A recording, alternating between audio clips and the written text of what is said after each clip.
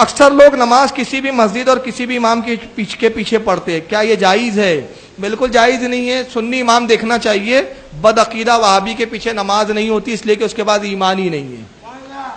اور اس کی دلیل میں بارہا کئی جلسوں میں دے چکا ہوں، پتہ نہیں اللہ جانے کب ہماری قوم کو سمجھ میں آئے گا۔ امام حسین کا ہم نام لیتے ہیں مگر امام حسین کی سیرت ہی نہیں دیکھتے۔ 22,000 یزیدیوں کے پیچھے کربلا میں امام نے نماز نہیں پڑھی، 72 لوگوں کے ساتھ الگ جماعت بنائی اور درد دیا کہ بڑی جماعت مت دیکھو، امام کا عقیدہ دیکھو، امام صحیح ہے تو پڑھو ورنہ چھوڑ دو۔ تو بڑی جماعت کا روب مت دکھائیں کوئی۔ تو بہرحال چاہے وہ حرم کا اور مدینے کا امام کیوں نہ ہو، اس کے پیچھے بھی نماز نہیں ہوتی اگر عقیدہ گندا ہے تو، کیونکہ مدینے میں بہت سارے بدعقیدوں نے بھی کسی زمانے میں نماز پڑھائی ہے۔ میں اس تعلق سے ایک آپ کو روایت سنا بھی دیتا ہوں، بڑی پیاری روایت ہے۔ حضرت عثمان غنی کی شہادت ہوئی، بلوائیوں نے قبضہ کر لیا۔ بلوائی کون تھے؟ عثمان غنی کے قاتل۔ مسجد نبوی میں بلوائیوں کا امام نماز پڑھاتا ہے۔ لوگ حضرت علی کے پاس آئے، کہا کہ آپ کیا حکم دیتے ہیں، ہم بلوائیوں کے امام کے پیچھے نماز پڑھ لیں جو حضرت عثمان کے قاتل ہیں؟ تو مولا کائنات نے کہا اس زمانے کے لیے میں نے رسول اللہ کی حدیث سنی ہے کہ سرکار نے ارشاد فرمایا کہ اگر ایسا وقت آئے کہ میرے مصلی پر ظالم مسلط ہو جائے تو آئے علی تو گھر میں نماز پڑھنا، اللہ تجھے جماعت کا ثواب عطا کرے گا۔ تو وہ تو عثمان کے قاتل تھے، یہ تو کمبخت ایمان کے قاتل ہے، یہ تو اس سے برے ہیں، اس سے بدتر ہے، یہ تو ان کے پیچھے نہیں ہوں گی۔ اور خوارج آج بھی موجود ہیں، جو آج بھی خوارج کی نشانی ہوگی کہ مسلمانوں کی تکفیر کریں گے۔ جو بھی آپ کو یہ کہتا نظر آئے نا کہ فلاں کافر ہے اور وہ کلمہ گو ہو، اہل قبلہ ہو، ختم نبوت کو ماننے والا ہو، اس کے باوجود اسے کافر کہہ رہا ہو، تو آپ سمجھ لیں خارجی ہے۔ جس میں ٹاپ آف دا لسٹ ہمارے پاکستان میں 2 بہت بڑے مکاتب فکر ہیں۔ بڑے میں کہہ رہا ہوں مشہور ہونے کی وجہ سے، تعداد تو ان کی بڑی تھوڑی کم ہے۔ نمبر 1 یہ جماعت المسلمین والے، اور نمبر 2 یہ کیپٹن عثمانی پارٹی برزخی گروپ، جو سب کو کافر اور مشرک ڈکلیئر کرتے ہیں۔ تو یہ آج بھی خوارج موجود ہیں، ہم یہ نہیں کہتے کہ خوارج موجود نہیں ہے، لیکن جو ہے ان کو کہیں نا۔ اب بریلوی کا دیوبندی کو کہنا، دیوبندی کا اہل حدیث کو اہل حدیث کا، ان کو شیعہ کا ان کو، ان کا شیعہ کو، یہ تو غلط بات ہے۔ تو یہ میرے بھائیوں تصویر کا ایک رخ تھا۔ اب ذرا تصویر کا دوسرا رخ بھی دیکھیں جو یہ لوگ چھپاتے ہیں، کہ ایک طرف تو یہ صحابہ کی تکفیر کر رہے ہیں اور صحابہ سامنے موجود ہیں۔ مولا علی علیہ السلام نے ایز اے لاسٹ ریزارٹ ان کے ساتھ قتال بھی کیا جب انہوں نے مسلمانوں کو قتل کرنا شروع کیا۔ لیکن آپ اہل سنت اہل تشیع دونوں کی تاریخ کی کتابیں اٹھا کے دیکھیں، مولا علی نے ان کے جنازے بھی خود پڑھائے ان خوارج کے جو مولا علی کو کافر کہتے تھے۔ آج کہتے ہیں جی فلاں صحابہ کو کافر کہتے ہیں، ان کو قتل کر دو۔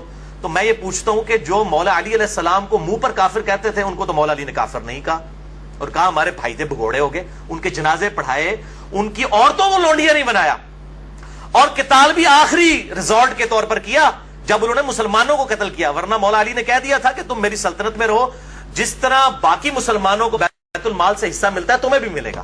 لیکن جب انہوں نے مسلمانوں کو قتل کرنا شروع کیا تو ایز اے لاسٹ ریزارٹ مولا علی رضی اللہ تعالیٰ عنہ علیہ السلام نے تلوار اٹھائی، اور اس کی بشارتیں اس میں موجود ہیں ریسرچ پیپر کے اندر کہ آپ صلی اللہ علیہ وسلم نے فرمایا تھا کہ قرآن حکیم کو منوانے کے لیے جس طرح مجھے کافروں کے خلاف قتال کرنا پڑا ہے، میرے صحابہ میں ایک خوش نصیب وہ بھی ہے جسے مسلمانوں کے خلاف قتال کرنا پڑے گا قرآن کو منوانے کے لیے۔ ابو بکر اور عمر بھی موجود تھے، انہوں نے پوچھا یا رسول اللہ ہم ہیں؟ آپ نے فرمایا نہیں، بلکہ وہ شخص جو میری جوتیاں گانٹ رہا ہے۔ آپ صلی اللہ علیہ وسلم کی جوتیاں اس وقت سیدنا علی گانٹ رہے تھے۔ صحابہ دوڑے مولا علی رضی اللہ تعالیٰ عنہ علیہ السلام کی طرف اور کہا کہ آپ کے بارے میں نبی صلی اللہ علیہ وسلم نے اتنی بڑی پریڈکشن فرمائی ہے۔ تو مولا علی مسکرا پڑے، جسے صحابہ کہتے ہیں ہم سمجھ گئے کہ آپ کو پتا تھا یہ کہ میں نے آن دا بہاف آف پروفٹ ان لوگوں کے خلاف قتال کرنا ہے۔ اور یہ حدیث الحمدللہ صحیح سند کے ساتھ مسند امام احمد میں جلد 3 صفحہ 82 پر 11790 ہے، اور اسی طریقے سے سنن نسائی الکبریٰ میں 8457 نمبر ہے، صحیح سند کے ساتھ الحمدللہ یہ حدیث موجود ہے۔ یہ کربلا والے میرے ریسرچ پیپر میں نے ڈالی ہوئی ہے۔ تو یہ دوسرا میں آپ کو کنٹراسٹ بتا رہا ہوں۔ اسی طریقے سے اسی ریسرچ پیپر میں نے وہ روایت ڈالی ہے 24 نمبر پر کہ المصنف ابن ابی شیبہ میں انٹرنیشنل نمبر کے مطابق 37,942 نمبر اثر ہے کہ مولا علی علیہ السلام سے خود پوچھا گیا کہ بتائیے کہ یہ خوارج جو ہیں کیا یہ مشرک ہیں جو آپ کو مشرک اور کافر کہتے ہیں؟ آپ نے فرمایا یہ مشرک نہیں ہے، یہ شرک سے ہی تو بھاگے ہیں، یہ اس لیے مجھ سے دور ہوئے کہ انہیں یہ گمان ہوا کہ میں غلط ہوں، میں شرک میں مبتلا ہو چکا ہوں. انہوں نے اپنے گمان میں یہ سمجھا یہ شرک سے بھاگنے کے لیے انہوں نے کیا, مشرک نہیں ہے. پھر پوچھا گیا کیا منافق ہے؟ تو سیدنا علی نے کہا یہ تو اتنی لمبی لمبی نمازیں پڑھتے ہیں, قرآن تو کہتا ہے منافق تو بڑا تھوڑا اللہ کا ذکر کرتے ہیں, یہ منافق بھی نہیں ہے. اندازہ کریں آپ, یہ آپ دیکھیں پازیٹو, جس کو کہتے ہیں نا پازیٹو اپروچ, حسن ظن. کہا ہمارے بھائی تھے بگوڑے ہو گئے. میں یہی کہتا ہوں کہ یہ آج بھی جب کسی کے ساتھ اختلاف ہو تو آپ زیادہ سے زیادہ یہ کہہ دیا کریں کہ ہمارے بھائی تھے بگوڑے ہو گئے, بجائے کہ آپ کفر و شرک کے فتوے لگانا شروع کر دیں. یہ سیدنا علی آپ دیکھیں کیا پازیٹو ان کی اپروچ تھی.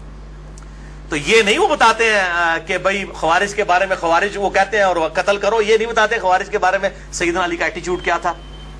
اچھا, اسی طریقے سے ابن عمر رضی اللہ تعالیٰ عنہ کا یہ جو قول پیش کرتے ہیں صحیح بخاری 6930 نمبر حدیث کی ہیڈنگ سے, کہ ابن عمر کہتے تھے جی خوارج بدترین مخلوق ہے, کہ یہ کافروں کے بارے میں جو آیات نازل ہوئی مسلمانوں پر چسپاں کرتے ہیں.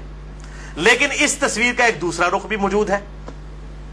وہ انڈیا میں ایک وہ جھوٹا انسان آج کل انہوں نے اٹھایا بریلویوں نے, فاروق رضوی, وہ روایتیں عجیب و غریب اکٹھی کر کر کے تو بیان کر رہا ہوتا ہے. یہ فاروق رضوی کو بھی میں یہ علمی طور پر جواب دے رہا ہوں, اینٹی وینم, کہ میرے بھائی اس کو بھی پڑھ, یہ بھی چیزیں موجود ہیں کہ ابن عمر کا اگر وہ قول ہے نا خوارج کے بارے میں تو یہ بھی موجود ہے, جو میں نے اپنے اس ریسرچ پیپر میں واقعہ کربلا کا حقیقی پس منظر 72 صحیح الاسناد حدیث کی روشنی میں 24 نمبر پہ ڈالا ہے, اور سنن کبری البیہقی میں, سنن کبری البیہقی میں انٹرنیشنل نمبر کے مطابق 5088 نمبر ہے کہ ابن عمر خوارج کو سلام بھی کیا کرتے تھے, حالانکہ وہ اس وقت مسلمانوں کو قتل کر رہے تھے.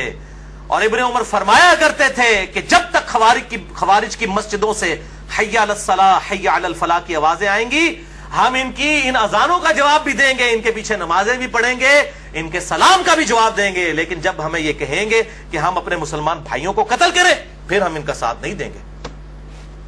یہ ابن عمر خوارج کو بدترین مخلوق سمجھتے تھے, تو ابن عمر تو خوارج کے پیچھے نماز بھی پڑھتے تھے. کیا یہ بریلوی مکتبہ فکر کے لوگ, خصوصاً یہ فاروق رضوی جو پارٹی ہے, یہ تو لیکچر ریکارڈ کروا رہا ہوتا ہے کہ امام کعبہ کے پیچھے نماز نہیں ہوتی ہے, اور ابن عمر خوارج کے تو یہ تو خارجی ہیں. تو میں پوچھتا ہوں کہ ابن عمر تو خوارج کے پیچھے نماز بھی پڑھتے تھے, آپ ابن عمر کو نہیں مانو گے؟ اگر تم خوارج ہی سمجھتے ہو اہل حدیث کو تو نمازیں تو ان کے پیچھے پڑھو, ان کے سلام کا جواب تو دو. اور پھر جعلی روایتیں بیان کرتا ہے, کہتا ہے جی, اور حوالہ تو پیش نہیں کرتے نا, سامنے بھی سارے وہ بٹ قسم کے لوگ بیٹھے ہوتے ہیں, ان کو بھی سمجھ نہیں آتی کہ ان سے پوچھیں کہ بھئی یہ کہاں سے بات بیان کر رہے ہو. کہتا ہے جی مولا علی علیہ السلام کو نبی صلی اللہ علیہ وسلم نے کہا تھا کہ علی ایک زمانہ آئے گا کہ جو ہے وہ اس طریقے سے مسلمانوں کے خلیفہ کو محصور کر دیا جائے گا, تم اس وقت ان کے پیچھے نمازیں نہ پڑھنا بلکہ تم گھر میں نماز پڑھنا. وہ کیڑی کتاب لکھی ہے حدیث, میں تمہیں دسنا کیڑی کتاب لکھی ہے, بخاری شریف سے میں بتاتا ہوں کہ اس کی بالکل مخالفت میں حدیث لکھی ہوئی ہے جو تو اپنی پبلک کو دھوکہ دے رہا ہے.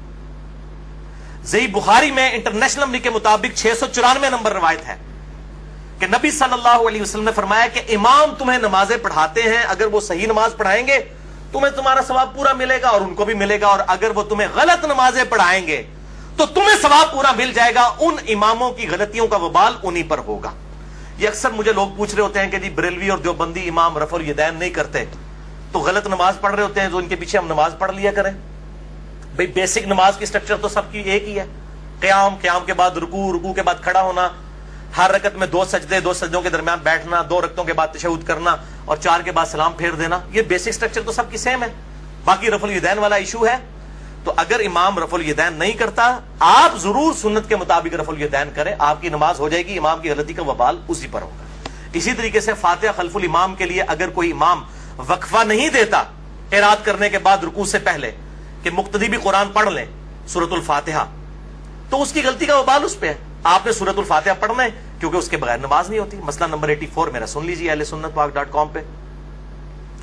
تو یہ ابن عمر رضی اللہ تعالیٰ عنہ کے بارے میں روایت وہ والی بیان نہیں کریں گے, وہ خوارج کے پیچھے نمازیں پڑھتے تھے, ان کو سلام کرتے تھے, اور صحیح بخاری کی 694 نمبر حدیث اور اگلی 695 نمبر حدیث, میں کہتا ہوں یہ دونوں کڑوی گولیاں ہیں ان مولویوں کے لیے, اور یہ ساروں کے لیے, بریلوی دیوبندی اہل حدیث شیعہ جو سب اس قسم کے فتوے دیتے ہیں نا کہ ایک دوسرے کے پیچھے نماز نہیں ہوتی ہے, ان کے لیے یہ کڑوی گولیاں ہیں. 695 نمبر حدیث جو صحیح بخاری میں ہے اس کے اوپر تو امام بخاری نے باب باندھ دیا ہے کہ باغی اور بدعتی کے پیچھے نماز پڑھنے کا حکم ہے خلیفۃ المسلمین سیدنا عثمان غنی رضی اللہ تعالیٰ عنہ علیہ السلام کی طرف سے کہ باغیوں اور بدعتیوں کے پیچھے نماز پڑھو. امام بخاری نے باب باندھا اور پہلے تعلیقاً روایت حسن بصری کا قول لے کر آئے تابی رضی اللہ تعالیٰ عنہ علیہ السلام المتوفى 110 ہجری کہ حسن بصری کہتے ہیں جو بخاری اور مسلم کے راوی ہیں کہ بدعتی امام کے پیچھے نماز پڑھ لے اس کی بدعت کا وبال اسی پر ہوگا. اور پھر نیچے روایت لے کر آئے امام بخاری 695 نمبر صحیح بخاری میں جو مولویوں کے گلے سے نیچے نہیں اترتی کہ سیدنا عثمان غنی رضی اللہ تعالیٰ عنہ کو جب باغیوں نے محصور کر لیا, مسجد میں آنے پر پابندی لگا دی ان کے دور خلافت میں, لوگ حاضر ہوئے, کہا اے امیر المومنین ہمارے امام تو آپ ہیں اور یہ فتنوں کا امام بدعتی امام مسجد پر قابض ہے اور نمازیں پڑھاتا ہے, ہمیں اندیشہ ہے کہ ہم کہیں گناہ گار نہ ہو جائے ان کے پیچھے نماز پڑھ کے. تو سیدنا عثمان نے یہ نہیں کہا اپنی 1.5 اینٹ کی مسجد لادہ بنا لو, حالانکہ سب سے بڑی چیز ان کی سٹیک پہ لگی ہوئی تھی خلافت. سیدنا عثمان نے کہا کہ نماز ہی تو مسلمانوں میں ایک نیکی کا کام ہے, تم انہی کے پیچھے نمازیں پڑھا کرو, جب تک یہ نیکی کا کام کرے ان کا ساتھ دو, جب برائی کرے ان سے الگ ہو جاؤ, نمازیں ان کے پیچھے ہی پڑھو. اس سے بڑی کون سی بدعت ہوگی؟ وہ کہتے ہیں جی کوئی چھوٹی بدعت ہوتی ہے کوئی بڑی بدعت. بھائی سب سے بڑی بدعت خلیفۃ المسلمین کے خلاف خروج کرنا ہے. یہ جو آپ حدیث پڑھتے ہیں نا کہ کل بدعۃ ضلالہ وکل ضلالۃ فی النار, اس کو آپ ذرا پورا پڑھیں ابو داؤد ترمذی ابن ماجہ سے کہ میرے بعد تم بہت اختلاف دیکھو گے. علیکم بسنتی وسنت الخلفاء الراشدین المہدیین, اس وقت میری سنت اور میرے خلفاء راشدین کی سنت کو لازم پکڑ لینا اور دین میں نئی نئی بدعتوں سے بچنا. ہر بدعت گمراہی ہے اور ہر گمراہی دوزخ میں لے جانے والی ہے. پرٹیکولرلی خلفاء راشدین کے خلاف خروج کو نبی صلی اللہ علیہ وسلم نے بدعت کہا ہے, اور وہ 5 ہیں خلفاء راشدین, ابو بکر, عمر, عثمان, علی, حسن ابن علی رضی اللہ عنہم اجمعین وعلیہ السلام. میں نے اس میں بتایا وہ 30 سال تک خلافت ہے. تو سیدنا عثمان کے خلاف جو کھڑے ہوئے وہ تو بدعت کبریٰ کرنے والے لوگ تھے, اور یہ تو جھوٹا پراپوگنڈا بھی کیا جی وہ یہودی پارٹی تھی, کوئی عبداللہ ابن سبا پارٹی تھی. عبداللہ ابن سبا پارٹی تھی تو چلے اگر for the sake of argument آپ کا جھوٹ مان لیں تو پھر تو یہودیوں کے پیچھے نماز پڑھنے کا سیدنا عثمان نے کہہ دیا. چلو ہاں ووٹ پھکیلاب کیجئے, یہودی سے نو مسلمان تھے, تعویل کی غلطی لگی ہوئی تھی ان کو. ان کے سرگنا محمد بن ابی بکر سیدنا ابو بکر کے بیٹے تھے, بعد میں خیر وہ پیچھے ہٹ گئے, وہ ایکسٹریم تک نہیں گئے, شہادت میں وہ شامل نہیں ہے, مسلمان تھے. مسئلہ نمبر 116-20 سن لیجئے میرا کہ سیدنا عثمان کی شہادت کی اصل وجہ کیا تھی. بس ان کی کچھ پالیسیز ایسی تھیں جن کی وجہ سے صحابہ کو ان سے اختلاف ہو گیا تھا, اور وہ اختلاف پھر ایک خاص درجے کو تجاوز کر گیا, حتیٰ کہ سیدنا عثمان رضی اللہ تعالی عنہ وعلیہ السلام کو مظلوماً شہید کر دیا گیا. تو یہ ایک تلخ داستان ہے. تو میں بتا رہا ہوں کہ سیدنا عثمان کی لائف سٹیک پہ لگی ہوئی تھی, پھر بھی وہ کہہ رہے ہیں نمازیں ان کے پیچھے پڑھو, اور یہ کہتے ہیں امام کعبہ کے پیچھے نماز نہ پڑھو, فلاں کے پیچھے نماز نہ پڑھو, فلاں کے پیچھے. یہ فاروق رضوی صاحب کو میں بتا رہا ہوں کہ میرے بھائی یہ روایتیں بخاری سے پڑھ کے سناؤ, اور جو تو جعلی روایتیں بھائی بیان کر رہا ہے نا کہ جی مولا علی کو نبی صلی اللہ علیہ وسلم نے کہا کہ گھر میں ہی نماز پڑھنا, وہ کیڑی کتاب ہی لکھی پائی کٹ بار سن سنا کے سننی ٹنی سننی اسیاں بکش مسلمان کتاب و سنت کے دلائل پیش کرتے ہیں, ٹن کیا ہوا اپنی پبلک کو, کوئی ریفرنس پیش نہیں کرتے ہیں. تو میں کہتا ہوں سنی بنو ٹنی نہ بنو, یہ ٹنی ہے, سن سنا کے سننی صحیح سنی بنو, کتاب و سنت کے منہج کے مطابق چلو.